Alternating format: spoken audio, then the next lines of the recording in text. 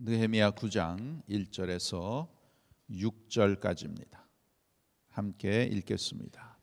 그달 24일에 이스라엘 자손이 다 모여 금식하며 굵은 배를 입고 티끌을 무릅쓰며 모든 이방 사람과 절교하고 서서 자기의 죄와 열조의 허물을 자복하고 이 날에 낮 4분지 1은 그 처소에 서서 그 하나님 여호와의 율법책을 낭독하고 낮 4분지 1은 죄를 자복하며 그 하나님 여호와께 경배하는데 레위 사람 예수아와 바니와 간미엘과 스바냐와 분니와 세라바야 바니와 그나니는 대에 올라서서 큰 소리로 그 하나님 여호와께 부르짖고 또 레위 사람 예수아와 간미엘과 바니와 하삼냐와 세레바와 호디야와 스바냐와 부다히야는 이르기를 너희 무리는 마땅히 일어나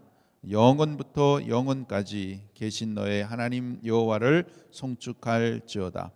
주여 주의 영화로운 이름을 송축하올 것은 주의 이름이 존귀하여 모든 송축이나 찬양에서 뛰어남이니이다. 오직 주는 여호와시라. 하늘과 하늘들의 하늘과 1월 성신과 땅 위의 만물과 바다와 그 가운데 모든 것을 지으시고 다 보존하시오니 모든 천군이 주께 경배하나이다. 아멘. 오늘 9장 1절에 보면 이렇게 시작이 되죠. 그달 24일에 이스라엘 자손이 다 모여. 이것은 8장에 에스라를 통해서 하나님의 말씀을 깨닫게 되면서 주의 뜻을 알게 된 이스라엘 백성이 초막절을 지켜야 한다는 사실을 알게 되었습니다. 이 초막절이라는 것은 이스라엘 백성이 40년 광야에서 지내는 동안 하나님께서 베푸신 그 자비와 은혜를 기억하며 감사하는 그러한 절기입니다. 그래서 이 초막절에는 이스라엘 백성들이 자기들이 살고 있는 그 집에서 나와서 광야에 나가서 초막을 짓고 거기서 일주일 동안 거기서 이렇게 살면서 하나님께서 40년 광야에서 살았던 그것을 다시 이렇게 리플렉트 하면서 하나님의 인도하시는 손길, 하나님의 은혜와 자비를 감사하는 그러한 시간이었습니다. 그런데 수백 년 동안 이스라엘 백성들이 이것을 지키지 못했어요. 그런데 이제 에스라가 하나님의 말씀을 이렇게 전하고 또 그 말씀을 깨달으면서 우리가 초막절을 지켜야 되는구나, 그것을 깨달아서 온 백성들이 간절한 마음과 기쁨으로 초막절을 지킨 것입니다. 이 초막절은 7월 15일에 시작해서, 그러니까 1월 15일이죠. 그 이스라엘 백성의 그 달력을 보면, 근데 우리 달력에는 7월 10일에 시작해서 8일 동안 진행되기 때문에 초막절 마지막 성회는 7월 23일에 열리게 됩니다. 그런데 9장 1절에 보면 그달 24일이라고 했으니까 우리 그 달력에는 7월 24일이에요. 그렇다면 초막절 다음 날인 그러한 셈이 되죠. 즉 이스라엘 백성은 예루살렘 성을 떠나지 않고 계속 그곳에 머물면서 초막절 직후에도 또다시 모였다는 그러한 뜻입니다. 그런데 초막절이 마친 그 다음 날 모인 때는 어떠한 그러한 모습이었습니까? 온 백성이 금식을 하면서 거친 베옷을 입고 머리에 재를 뒤집어 썬 것입니다. 그것은 초막절 행사 때에는 눈물을 흘릴 수 없었지만 이제는 마음껏 그들의 속마음을 드러낼 수 있었던 것입니다. 사실 그들은 하나님의 말씀을 초막절 그러한 가운데 계속 듣고 확인하면서 크게 회개하며 괴로웠던 것입니다. 특히 그들의 죄악을 오래 참으시고 끝까지 사랑하시며 저들이 필요한 모든 것을 베풀어 주신 하나님의 은혜와 선하심을 초막절 기간에 깊이 깨닫게 되면서 이제 회개의 영이 그들 모두에게 임한 것이에요. 그래서 모든 백성이 거친 베옷을 입고 머리에 하얀 잿가루를 뒤집어 쓴 그러한 모습으로 하나님 앞에 회개를 하는 것입니다. 우리가 상상할 수 있겠죠? 그들의 눈에는 눈물이 고여 있고 두 손을 가슴을 치는 진정한 회개, 지은 죄악에 대해 괴로워하면서 아파하면서 슬퍼하며 하나님 앞에 통곡하는 그러한 모습입니다. 이 1절에 나타나는 이스라엘 백성들의 회개하는 모습을 보면 세 가지로 나타나죠. 첫째로는 그들은 금식을 했어요.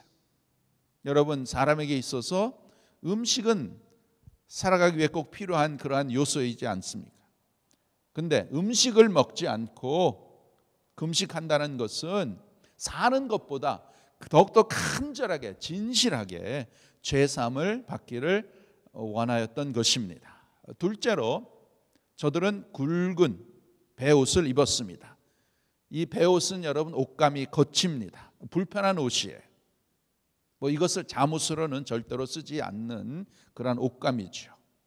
이렇게 굵은 베옷이 우리의 몸을 불편하게 만들듯이 우리의 심령이 죄로 인해서 불편함을 상징적으로 나타내는 것이죠. 즉 몸을 괴롭게 하는 베옷처럼 우리 영혼을 괴롭게 하는 죄를 해결해 달라고 주님께 간곡하고 간구하는 그러한 것입니다.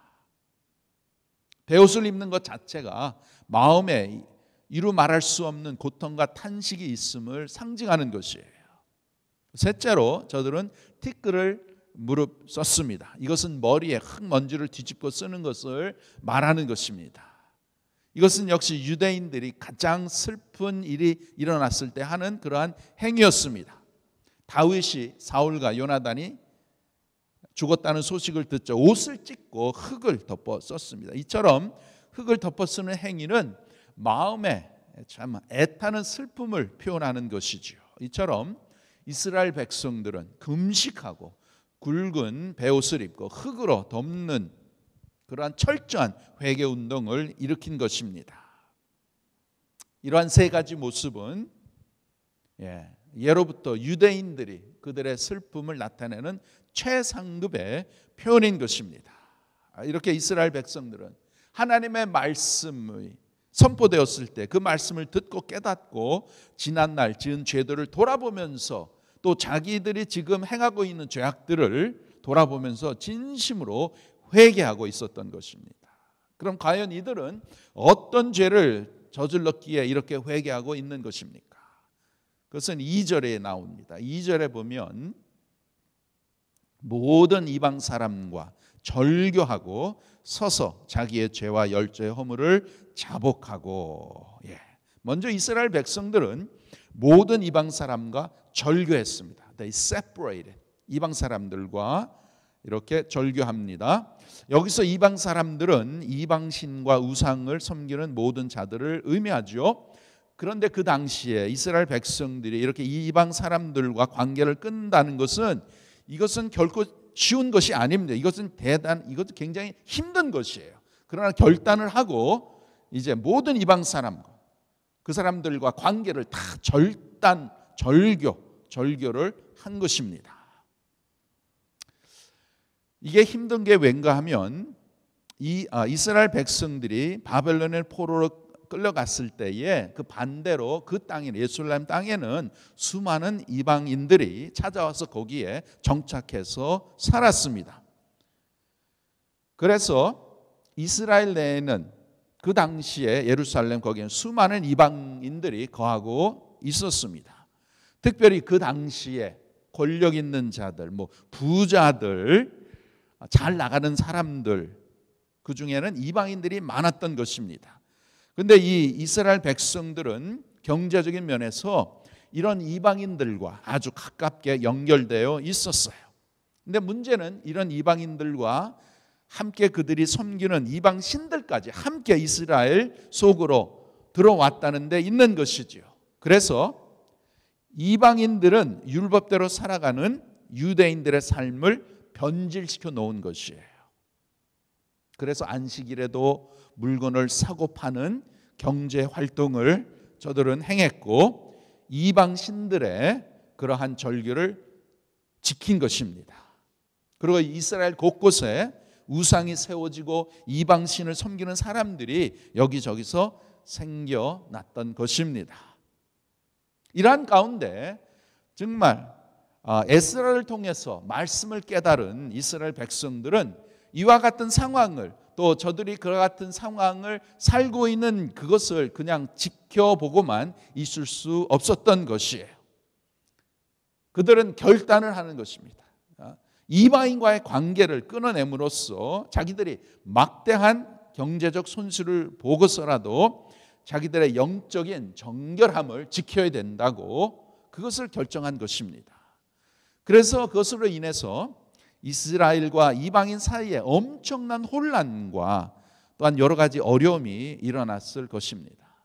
그러나 여러분, 암 환자가 고통을 참고서라 수술을 통해서 온 몸 안에 암덩어리를 과감히 잘라내듯이 이스라엘 백성들은 이렇게 이방인들과 관계를 철저하게 끊어낸 것입니다. 여러분, 죄는 이처럼 단칼에 끊어내야 되는 것입니다. 이대로 가도 되겠지, 괜찮겠지, 조금만 더 해도 되겠지, 이렇게 방심했다가 회개할 기회를 놓치게 되는 것이죠. 하나님께서 우리에게 회개할 때를 주실 때 과감하게 죄 습관을 끊어내야 하는 것입니다. 여러분, 회개는 하나님께서 죄를 깨닫게 했을 때 속히 해야 되는 것입니다. 나중에 회개해야지, 그거는 불가능한 것입니다. 더 힘들어지는 것이죠.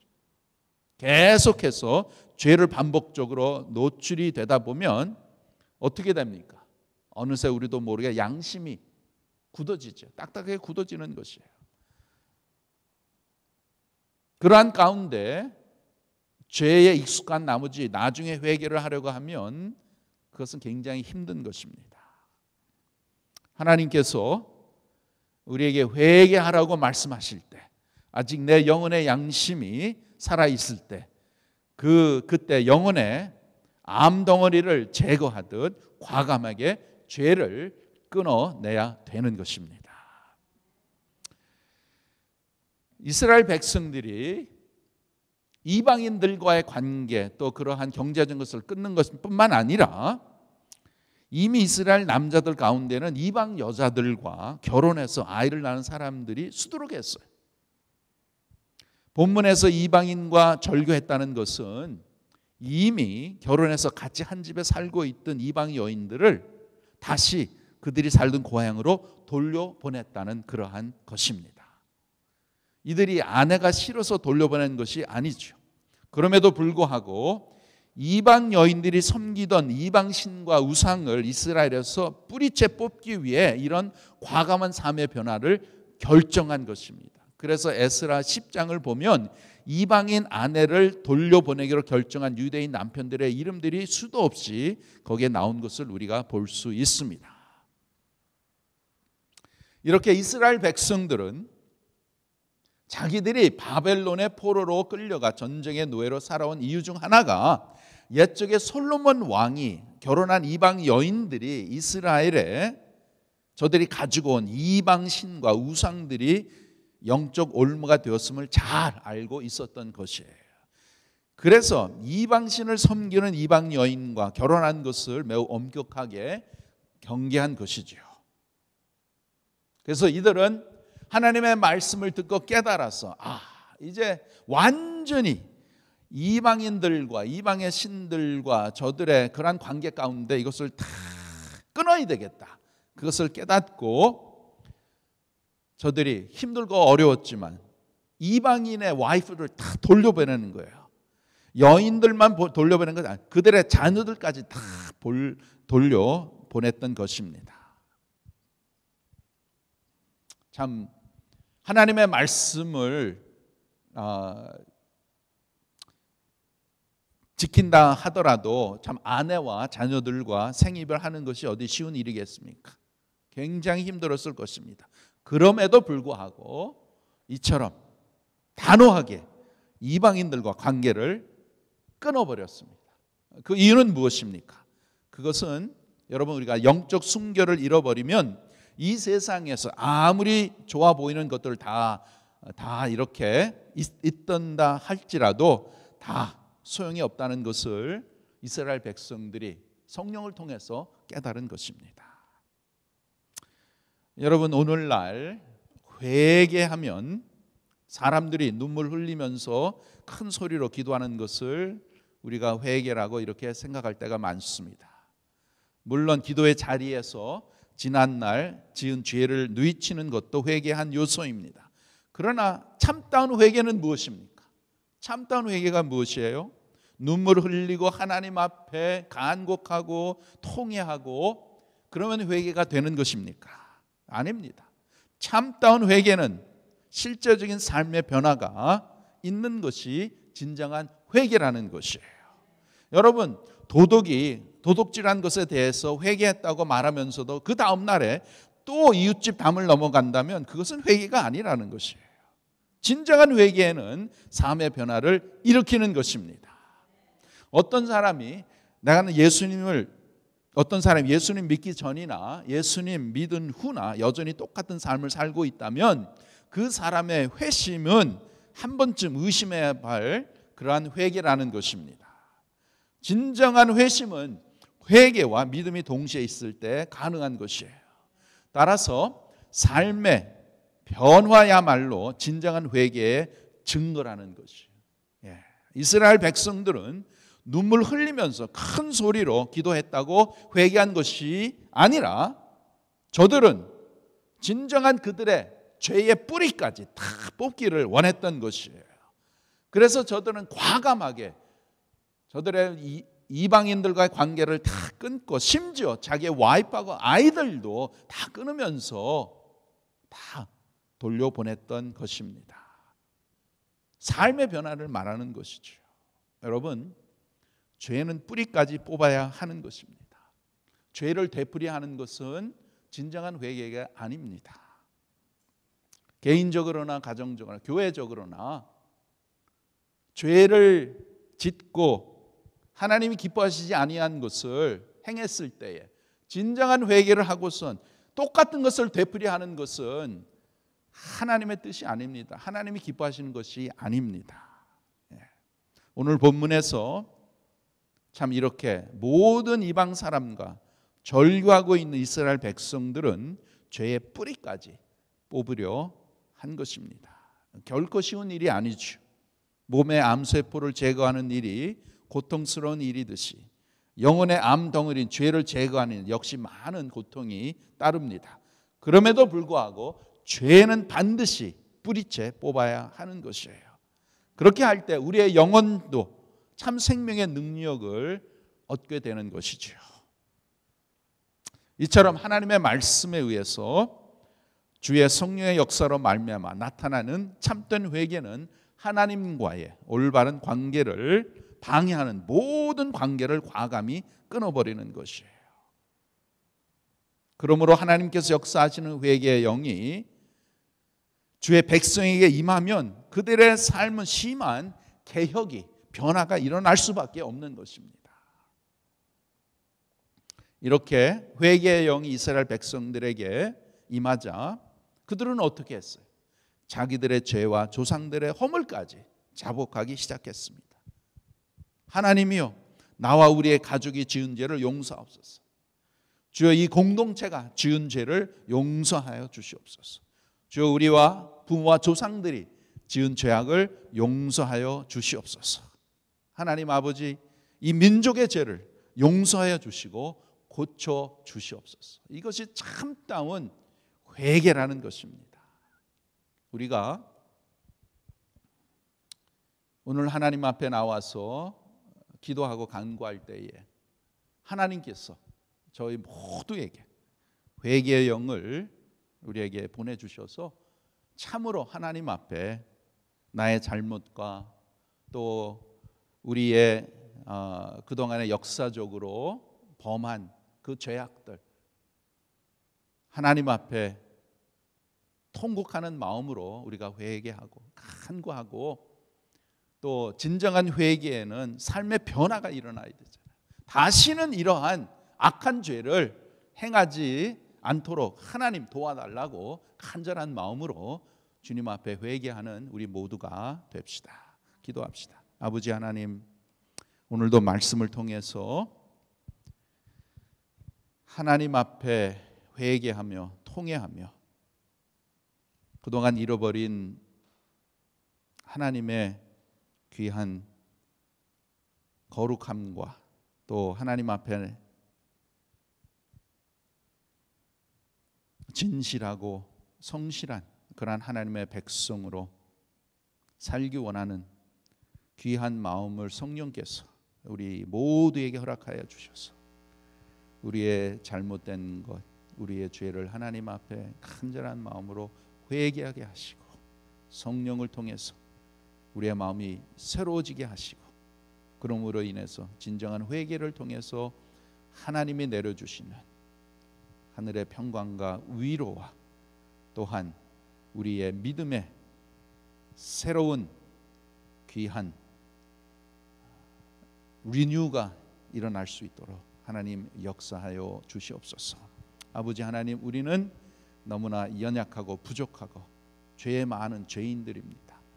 성령께서 이 시간에 우리의 마음 강하게 역사하여 주셔서 우리의 마음을, 우리의 삶을 되돌아보게 하시고, 우리의 잘못된 것, 우리의 교회의 잘못된 것, 우리의 그동안 조상들의 잘못된 것, 또 우리의 나라를 우리가 볼 때에 너무나 힘든 가운데 있는 그 상황을 하나님께서 성령을 통해서 깨닫게 해주셔서 이 모든 것이 나의 부족함이요 나의 죄악인 것을 깨닫게 하여 주셔서 주님 앞에 통회하는 마음, 간절한 마음으로 회개하고 나가는 귀한 이 시간 우리 모두가 되도록 하나님 은혜를 베풀어 주시옵소서. 오직 주님의 은혜만 우리가 구하고 주님의 뜻을 구하고 주님의 국률을 구하오니 하나님께서 우리 모두에게 귀한 은혜를 내려 주시옵소서. 예수님의 이름으로 기도하옵나이다. 아멘.